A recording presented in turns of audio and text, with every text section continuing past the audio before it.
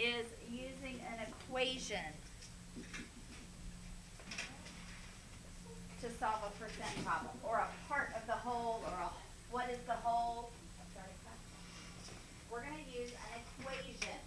So technically proportions are equations, because really, what does something need to have to be called an equation? It's in the name. Raise your hand. What does something need to have in order for us to call it an equation, Olivia? Equal sign, right? So technically, yes, we were already using equations because a proportion is two ratios that equal to each other. This is going to be your traditional equation, like an algebraic equation, like 2x equals 7, along those lines, okay? Or 4 plus x equals 12. This is going to be a traditional algebraic equation that also allows us to solve percent problems, whether we're trying to find a percent, or trying to find the whole, or trying to find the part. Yes, please. I already did. Okay, good. All right. So, again, I've explained to you right here, writing an equation is just another way. So we're learning another tool to do the same thing we've been doing this week. All right. There are a couple of key words that you need to learn.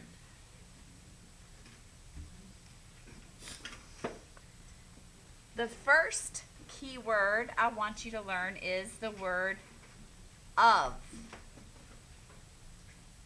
When you see the word of, you are going to put a multiplication sign.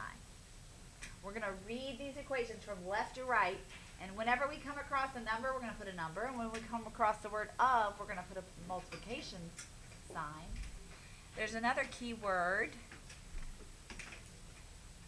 Whenever we see the word is, does anybody know what the word is means in math? Olivia has some experience with this, so I think she knows. What does is mean?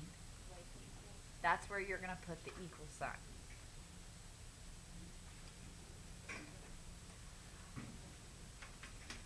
All right, then sometimes we're going to come across the word what, or what percent, depending on the problem. Sometimes we're going to be asked what, or what percent. What do you think we should put when we see the word what? What do you think, Katie? What percent? That makes sense for the what percent, but when it just says what, if I don't know what something is, raise your hand, Lucas. Lucas, what should I put? A variable. So when I see either of those, I'm going to use a variable of my choice or of your choice. Now there's one other important piece of information. I want you to come over here and write anytime we come across a percent, we need to change it to a decimal.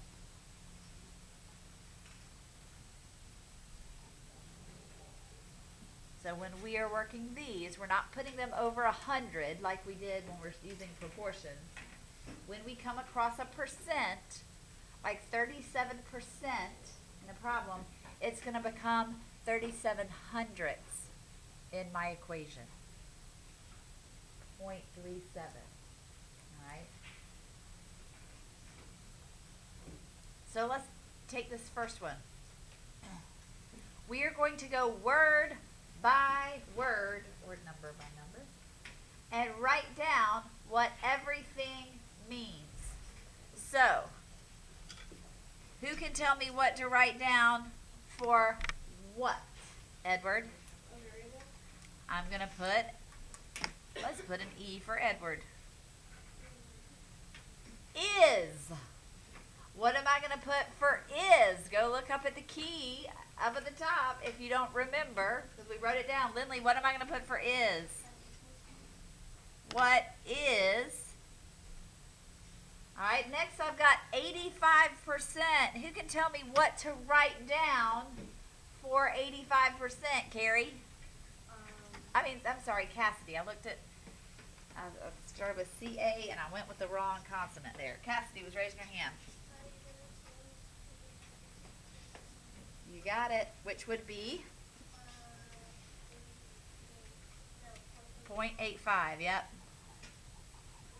All right. Who can tell me what to put for of? L. Times. My multiplication sign. And then plain old 62. Guess what we write? 62.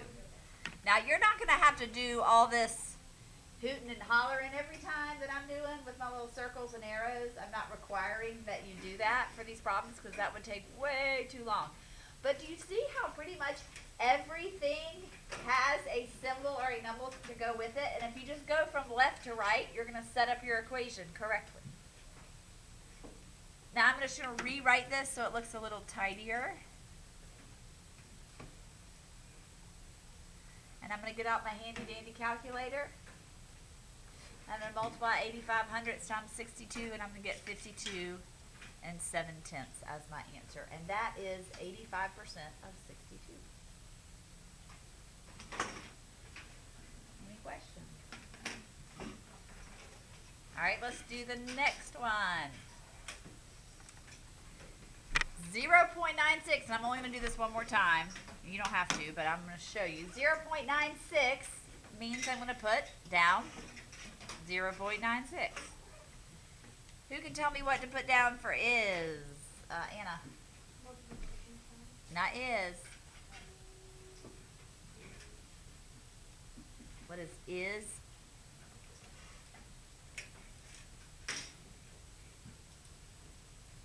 Anna, yeah, go for it. Equal. All right, next I have what percent? Caleb. X variable. Perfect. Oh, I should have done a C for Caleb. Sorry. We'll do that next time. Of is next. My of. Eliza, what am I going to put for that of? And then trick question of the day. Not really. What am I going to put for 10? Caroline. 10. Nice. Now, when I rewrite it, who can tell me, by using the commutative property, how am I going to rewrite that right side of that equation? Because it's going to make it look a little bit nicer. L, what would I do? I'm not flipping it. 10x. Okay? I'm going to write it like this, just because you know how when we solved our algebraic equations, we like to have the coefficient in front of the variable right here, right? So now what am I going to do to get x by itself? Somebody, what, Milo? Divide both sides by 10. Now, there's one little catch. This gives me, here's my answer.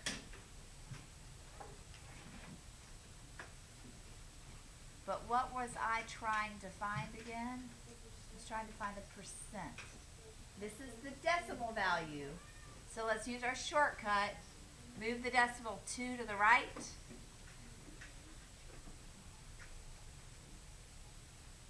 .6%. So anytime the question is asking you to find the percent, what you'll do is you'll find the decimal value through this equation, and then you will change it to a percent. And by the way, I just want to remind you, just for kicks, let's review. What was our old way?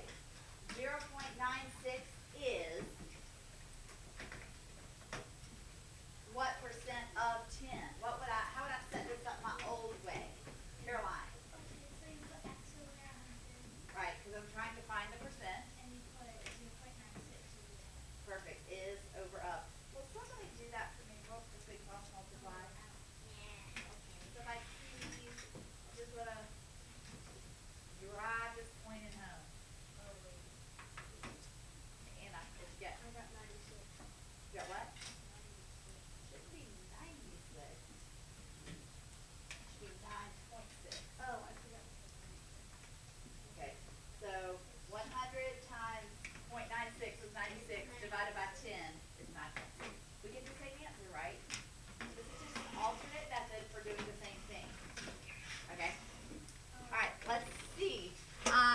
thing before I let you try some on your own, I just want to point out percents can be greater than 100%.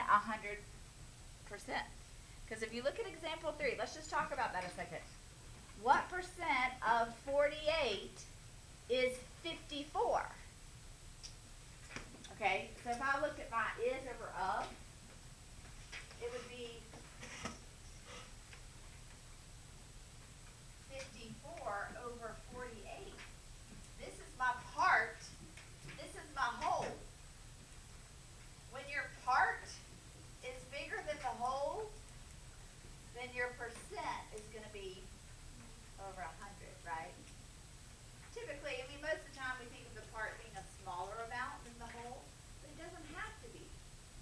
So don't automatically set up your fractions or whatever so that the smaller number's on top and the bigger number's on bottom. It doesn't always have to be that way. This just means that our percent needs to be over 100. Alright, so let's set this one up using our equations. Who can tell me? Who wants to do the whole equation for me? Just tell me what to write from left to right. Eliza.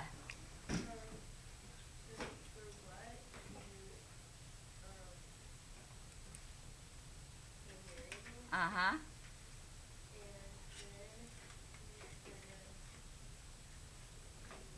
What percent we're putting the variable?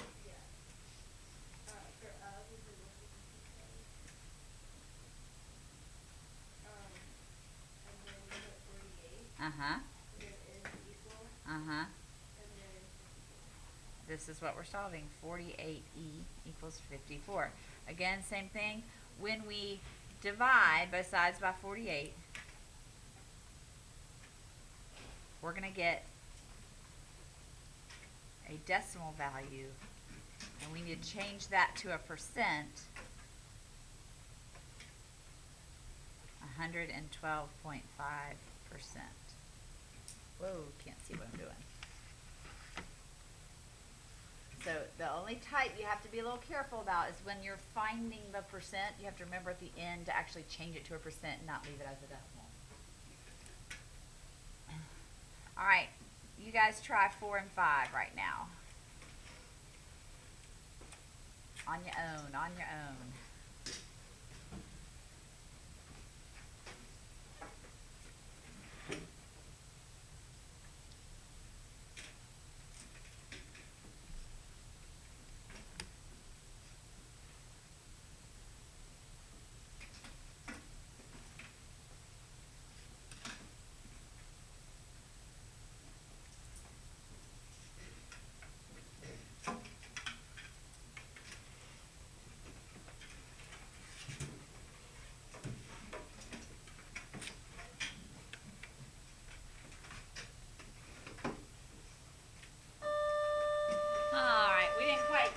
But you'll have some homework tonight on Talon.